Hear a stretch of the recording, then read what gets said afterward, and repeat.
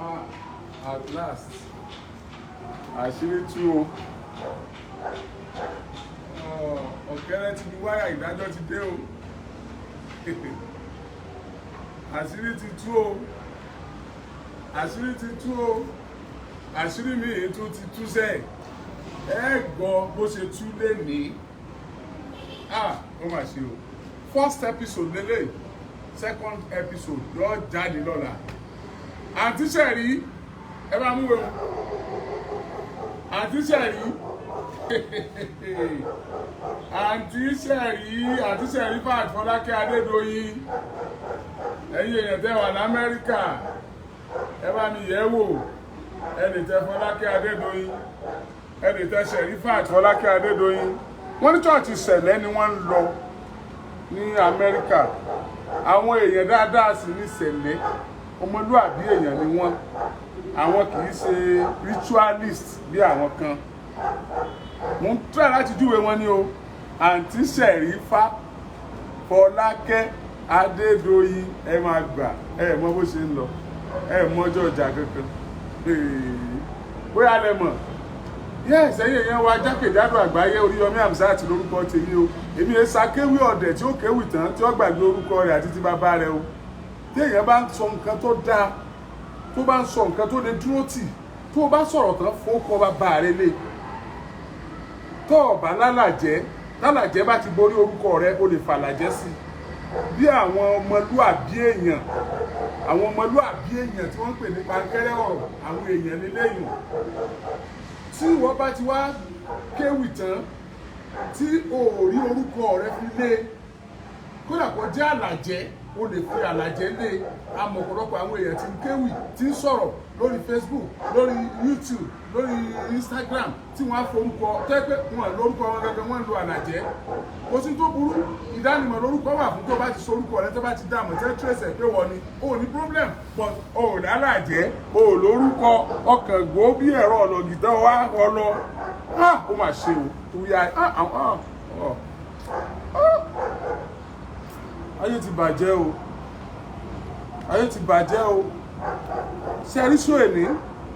Inú ìbànújẹ́ mo ti ń ṣe. Inú mi ò dùn rárá.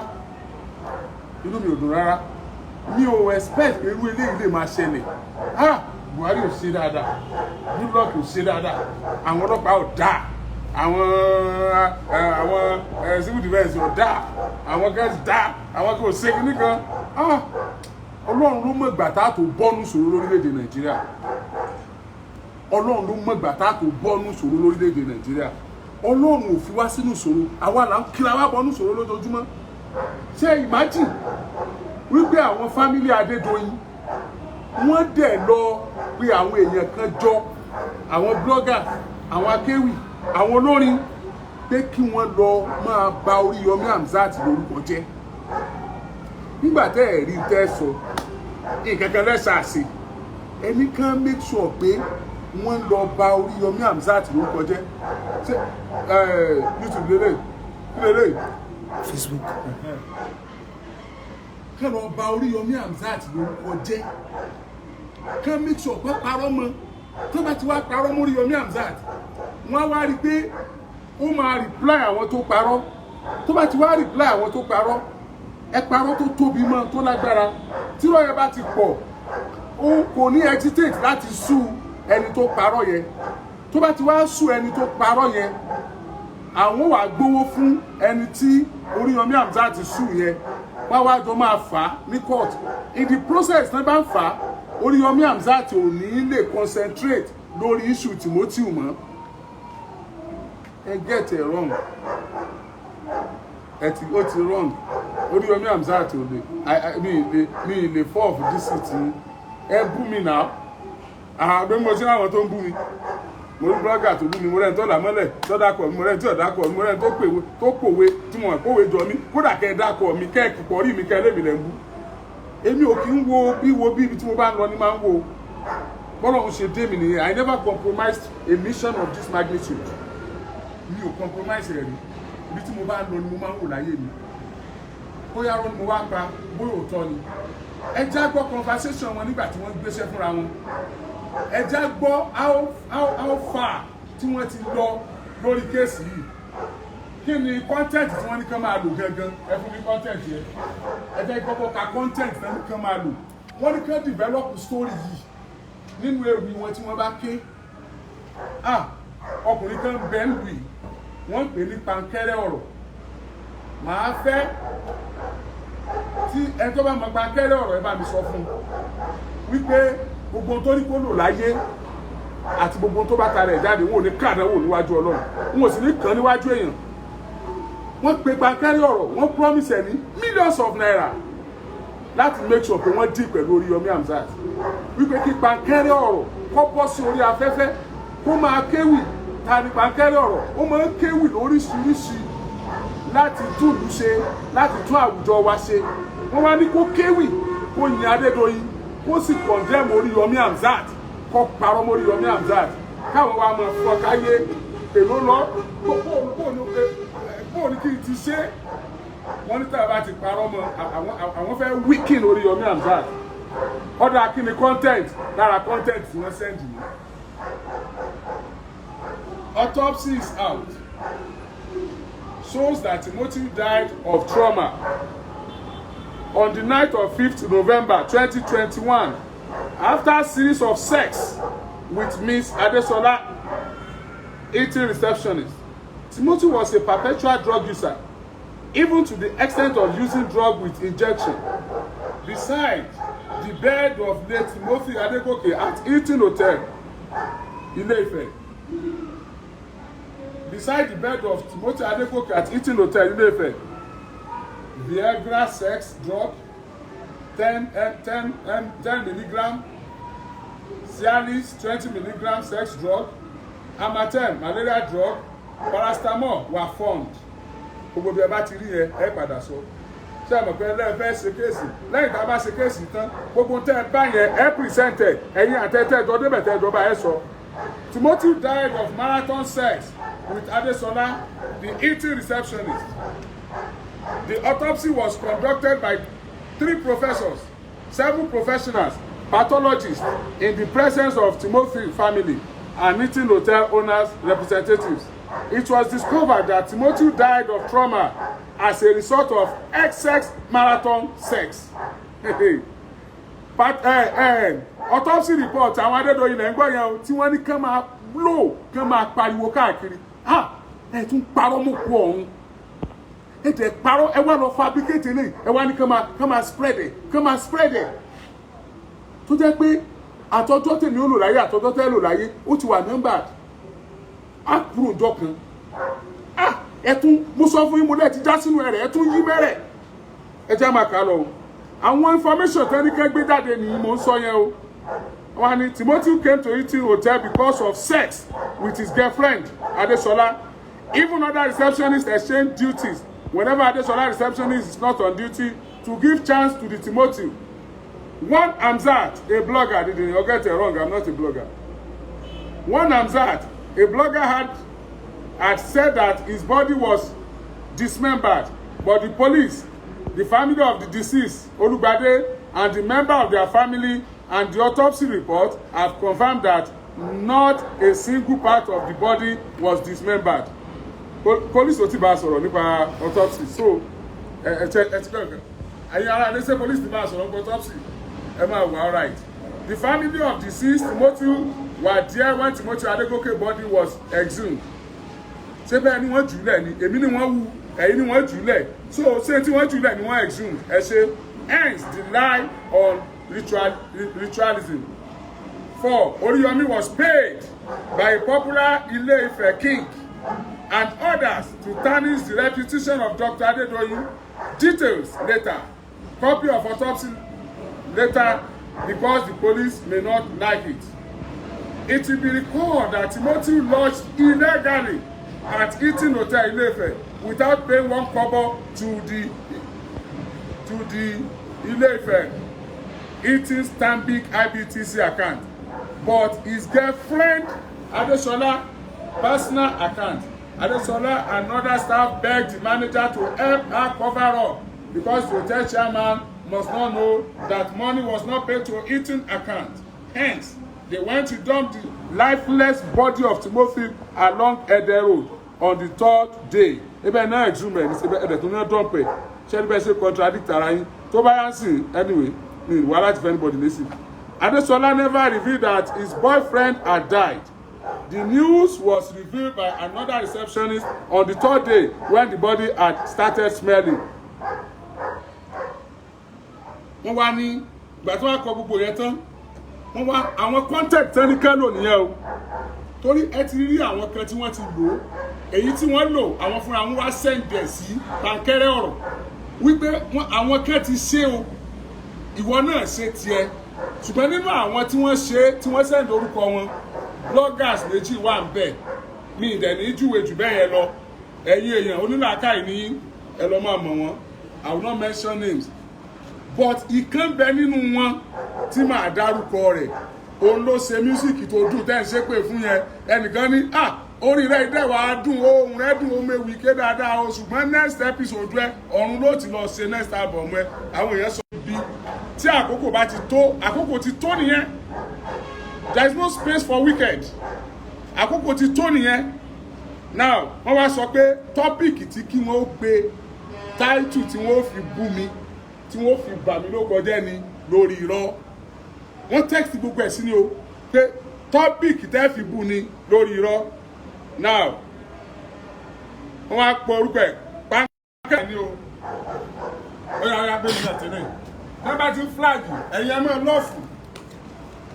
Fọlákẹ́ Adédoyin ó gbàgbé pé òun àti pankẹ́rẹ́ ọ̀rọ̀ ti ní discussion years back tí wọ́n pe pankẹ́rẹ́ ọ̀rọ̀ tí wọ́n ní kó máa bọ̀ Adédoyin fẹ́ gbéṣẹ́ fún jíngù wọ́n ní kó máa bọ̀ nífẹ̀ẹ́ from Ondo pé but kó ní dẹ́mi pé òun ó sùn lọ́jọ́ kejì ni o wọ́n dẹ̀ júwe the same hotel tí wọ́n pa Timothy sí wọ́n dẹ̀ ní kó wá sunlẹ̀.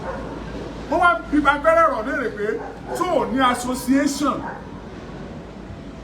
tó belong sí association pẹ̀lú iṣẹ́ tó ṣe ó lòun sí association tó bá ti wá ń bọ̀ make sure pé ò dágbére pé bí ló ń bọ̀ ò tó ráyè ọ̀fẹ́ ní fọ́rọ̀ o owó jíǹkù tó ń fẹ́ gbà jíǹkù wọn bá pa ọmọ lè lọ́lọ́ gbà ó ní ẹjọ́ ó ṣe díẹ̀ fún mi níbi máwọ̀rì a máa fún ẹ ní 5 million naira. A single jingle, 5 million naira. Pankẹ́rẹ́ ọ̀rọ̀, ará bí mojú, ará bí ọ̀gbàbẹ̀ lọ, òtò tí ń gbé sílẹ̀ mágànà kú, ọ̀tọ̀ lẹ́n tó kó bẹ̀, pankẹ́rẹ́ ọ̀rọ̀ náà bọ̀ wá sọ̀rọ̀. Yóò sọ díìl tó ní pẹ̀lú ilé ìtura Adédoyin. Pankẹ́rẹ́ ọ̀rọ̀ wà mọ́. Nígbà tó di ẹ̀yìn ọ̀sẹ̀ kan, wọ́n pe pankẹ́rẹ́ ọ̀rọ̀. Alfa wà mọ́ ní àfikẹ́kẹ́ ló tún ń ṣe kí nípa ẹni tó dẹ̀wà bá wọn ṣe o 8 million ní bàbá fún o fún jíǹkù kan bóòlẹ̀ tí ẹ̀ ó ṣe ní ó gbọ́ pé jíǹkù 5 million tí ò ní sáré lọ Pankẹ́rẹ́ ọ̀rọ̀ wá ní tó bá fún yẹn 5 million ní wọ́n bá ti pààyàn lẹ́nu àwọn náà wọ́n kókó làpé yẹn mú kì í ṣe pé wọ́n fún ẹ̀ negotiation tí wọ́n ti sọ fún ọ pé wàá sun hòtẹ́ẹ̀lì mọ́jú láì tí ì dé that means pé tó o bá ti sun hòtẹ́ẹ̀lì yẹn mọ́jú ọjọ́ kejì negotiation tó ń ṣe irú tó ṣẹlẹ̀ sí Timothy náà ni the question is èèyàn mélòó wọ́n tún na Senate America èèyàn mélòó ilẹ̀ mọ̀ tí wọ́n ti tàn wọlé bẹ́ẹ̀ yẹn tí wọ́n ti padà nù ẹ̀yin lẹ béèrè fún o ọ̀ya ẹja gbọ́ èwo ni ká kọ́ lọ gbọ́n bẹ̀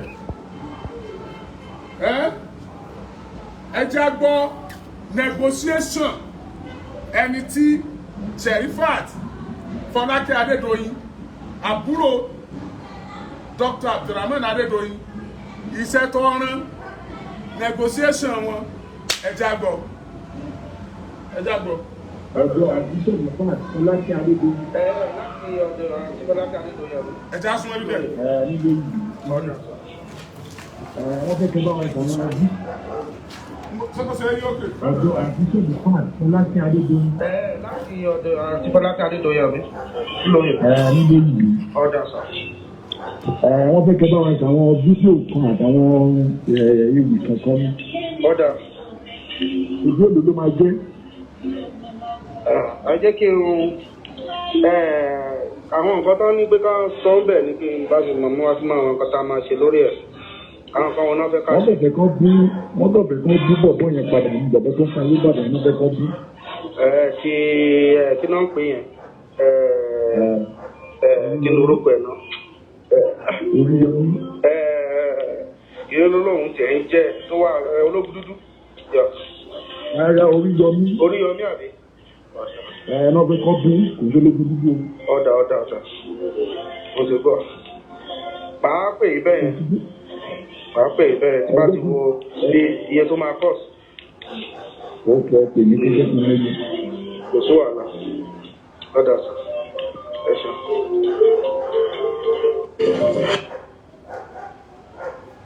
conversation wọn nìyẹn pẹ̀lú pankẹ́rẹ́ ọ̀rọ̀ ọmọlúàbí táyé rẹ̀ ò ní bàjẹ́ pankẹ́rẹ́ ọ̀rọ̀ wà rò pé ẹyin dáadáa ní màá yìí òdodo ní màá yìí sọ ó wá pè mí ó wá sọ àwọn ọ̀rọ̀ kan fún mi bọ́yọ̀ lálẹ́ ẹ̀gbọ́n yẹn nígbà táwa jọ sọ̀rọ̀ yẹn wá ní pé ṣé kò ń sọ fún mi ní tí àwọn tí ń ṣe tí mò ń ṣe òfin pọ̀ nìyẹn o mo ní wáyé ó ní táwọn tí ń ṣe ó ní tó fi jẹ́ pé ó ní kí n wò ó ní lẹ́yìn àwọn tí ò sí Nàìjíríà tẹ́ wà labroad ó ní àwa mélòó la wà Nàìjíríà tá à ń pọ̀ sùn kéèsì yìí báyìí back to back àti pé èèyàn mélòó ni mo rí tó máa ń pọ̀ sùn kéèsì back to back pé torí ó ṣẹlẹ̀ aṣágbọ́dọ̀ get to the root of the matter mo ní èmi rò pé òun wọn láti ṣe nínú à ó ló wù wọn láti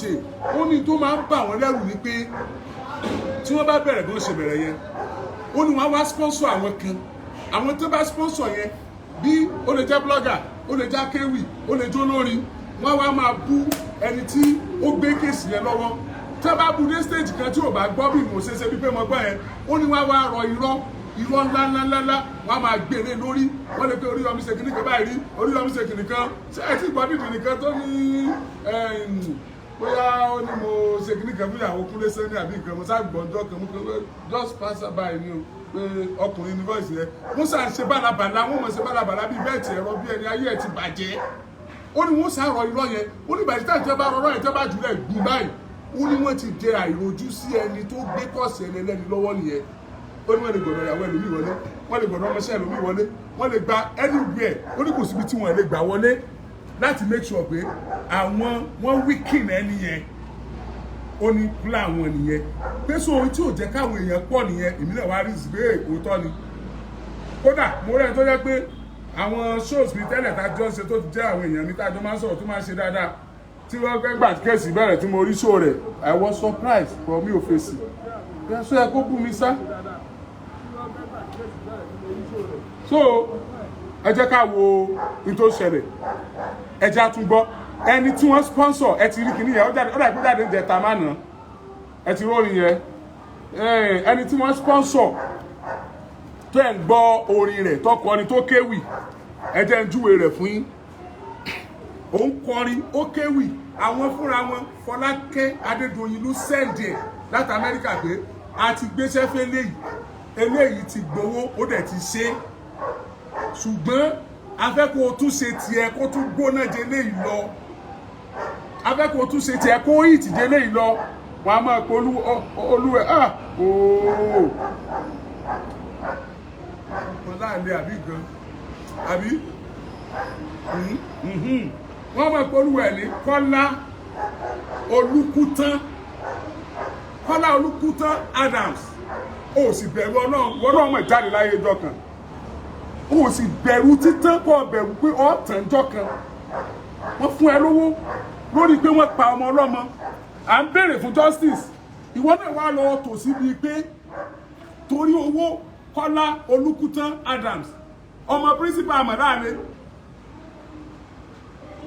Kọ́lá Olúkútán Adams ọmọ principal ọmọ láàrin presenter ní rédíò Kwara ọmọ Ìlọrin ẹ̀yin tẹ́ ẹ bá mọ̀ Kọ́lá Olúkútán presenter ní rédíò Kwara ọmọ principal ọmọ láàrin ni ọmọ Ìlọrin ni àmọ́ ó dáadáa ewì tẹ́ ẹ gbọ́ yẹn tí wọ́n ń kọrin ọmọ Olúwa ló mọ kọ̀ọ̀kan oníkálukú olóṣè gbogbo wa ń sẹnu yọ̀bọ̀ sí mi èmi ò bí ìrítí ẹ o ìdẹ̀bẹ̀ ẹja ṣùgbọ́n bẹ̀rù Ọlọ́run ó yẹ kí gbogbo wa jọ dúró lórí justice fọ́rọ̀ yìí ká dúró lórí justice pé Timothy Kọ́lá ń jà fún. I keep telling you I am not against Adedoyin.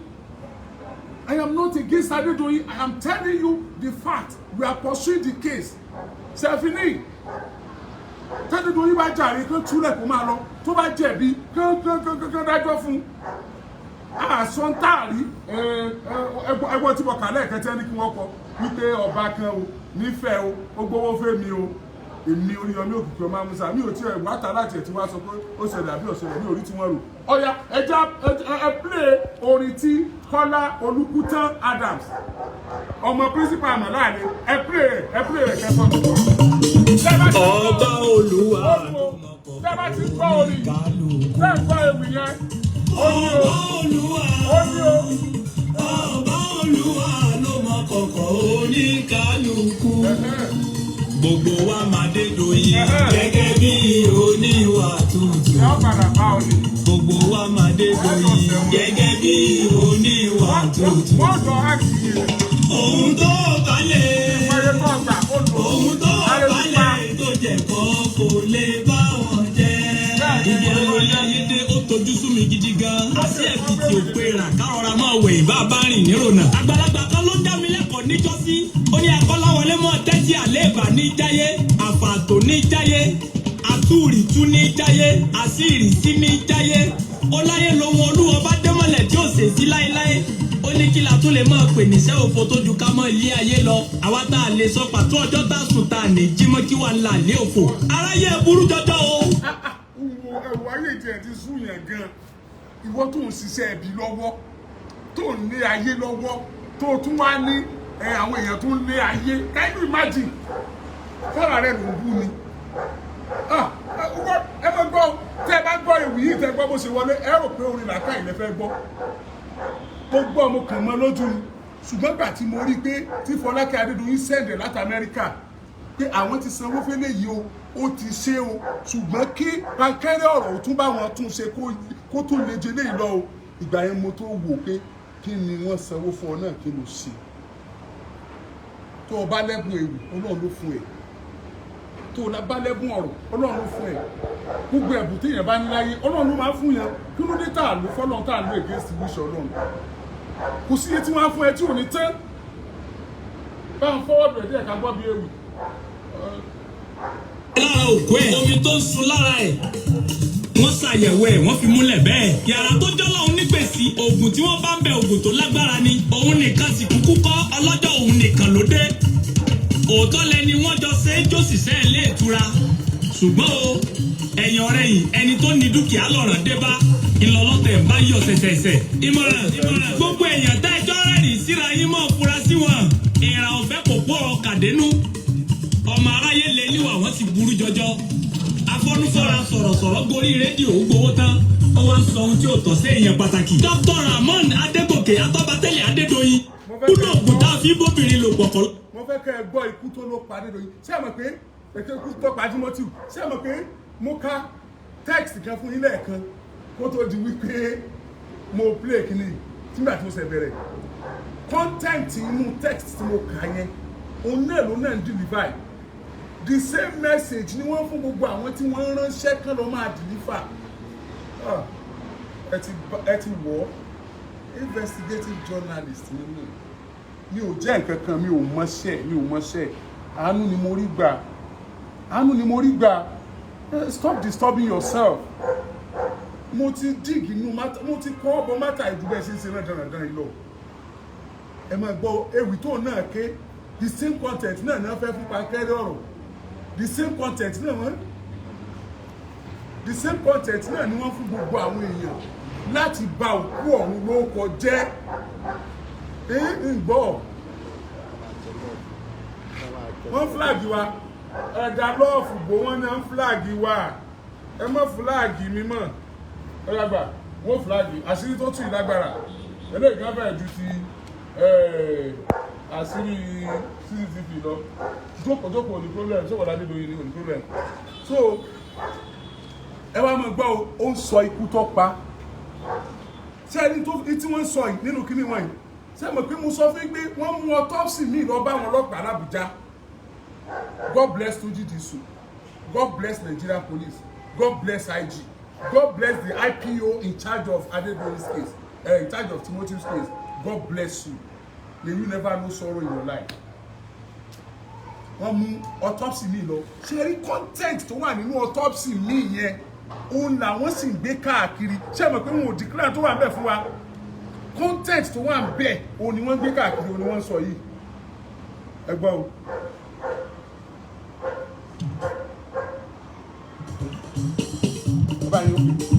Ọba Olúwa ló mọ kọ̀kọ̀ oníkálukú. Ọba Olúwa ló mọ kọ̀kọ̀ oníkálukú. Gbogbo wa máa d'Adédoyin gẹ́gẹ́ bí oníwà tútù.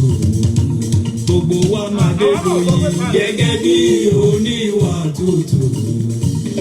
Ohun tó balẹ̀ tó jẹ̀kọ́ kò lè bá wọn jẹ́. Ibi alórí ayédè ó tojú sú mi gidi gan. Àṣé ẹ̀fìtì òpera kárọ̀ra máa wẹ̀ ìbá bá rìn nírònà. Àgbàlagbà kan ló dá mi lẹ́kọ̀ọ́ níjọ́sí. Ó ní akọ́láwọlé mọ́ tẹ́tí àléébà ní jáyé. Àfààtò ní jáyé. Àtúrìtú ní jáyé. Àṣírìsí ní jáyé. Ó láyé lohun olúwa bá démọ̀lẹ̀ tí ó ṣèṣí láéláé. Ó ní kí la tó lè máa pè níṣẹ́ òfo tó ju ká mọ́ ilé ayé lọ. Àwa tá a lè sọ pàtó ọjọ́ tá a sùn tá a ní jímọ́ kí wà ń là lé òfò. Aráyé burú jọjọ o. Ẹ sì dìtẹ̀ mẹ́ni tọ́lọ́run ò dìtẹ̀ mọ́. Ẹ pé bírí kó tó ẹ dìtẹ̀. Mẹ́ni tó lúwa ń ṣàánú lọ́wọ́lọ́wọ́. Ẹni tó ru ọlá àti ẹ̀wà látòdì ọ̀run. Olúwa ní dánilọ́lá, Olúwa ní ṣeni lólóríire. Ọ̀dẹ̀ tẹ́ ìdì máa tọ́ba tẹ́lẹ̀ yìí lójú mi. Ẹ má jẹ́ tàn yín kíní ọ̀hún pọ̀ jù. Adédoyin ò pààyàn bẹ́ẹ̀ ni ò fàdíyà. Ọ̀ràn tó dà ọ́ kọjá pólókọ lókì nílẹ̀ yìí. Ẹ wá gọdè nílé ìtura tó lúwọ bá jogún fún un. Èpè kọ́ o, kò sẹ́ni títí ẹ̀ náà ò ní bá. Ẹ má fojú wo bí èpè. Àwọn akọ́ṣẹ́mọṣẹ́ oníṣègùn òyìnbó ti ṣèwádìí. Bẹ́ẹ̀ni ó kú lóògùn tá a fi bóbìnrin lò pọ̀ kọ́ lọ́jọ́ tó dé. Ẹ̀rí eléyìí ń bẹ lára òkú ẹ̀. Omi tó ń sun lára ẹ̀. Wọ́n ṣàyẹ̀wò ẹ̀, wọ́n fi múlẹ̀ bẹ́ẹ̀. Yàrá tó jọ́lọ́ onígbèsì, oògùn tí wọ́n bá ń bẹ oògùn tó lágbára ni. Òun nìkan sì kúkú kọ́, ọlọ́jọ́ òun nìkan ló dé. Òótọ́ lẹni wọ́n jọ ṣe é jòṣìṣẹ́ ilé ìtura. Ṣùgbọ́n o, ẹ̀yìn ọ̀rẹ́ yìí, ẹni tó ní dúkìá lọ̀ràn dé bá. Ìlọlọ́tẹ̀ bá yọ ṣẹ̀ṣẹ̀ṣẹ̀. Ìmọ̀ràn gbogbo èèyàn tẹ́jọ́ rẹ̀yìn síra yín mọ́ fura sí wọn. Ìrà òfẹ́ kò kó ọkà dénú. Má jẹ́ pé èrè ọ̀pọ̀ jù. Gbogbo tí sọ ẹ ti ń rùn létí àwọn èèyàn. Ṣé ẹ ti gbọ́? Ẹni tí wọ́n kọ́kọ́ gbé owó fún lára àwọn mẹ́ta tí wọ́n send létẹ́ ni ẹ ṣe nìyẹn. Ọ̀yá, tó jẹ́ gbọ́ ọ̀kan mi gbọ́. Ẹ kúrò lórí ẹrù ẹlọ́kùnrin. Ewu wọn tó ṣe tẹ́lẹ̀ lélẹ̀ so wọ́n sẹ̀ǹdẹ̀ sí mi wọ́n ní kí n ṣe tó ju eléyìí lọ so that greens parọ́ ṣoríṣiríṣi so wọ́n ti sẹ́ndì gbogbo information ta sẹ́ndì sí mi òun ni mo sẹ́ndì sí yín sà ṣe gbọ́ sà.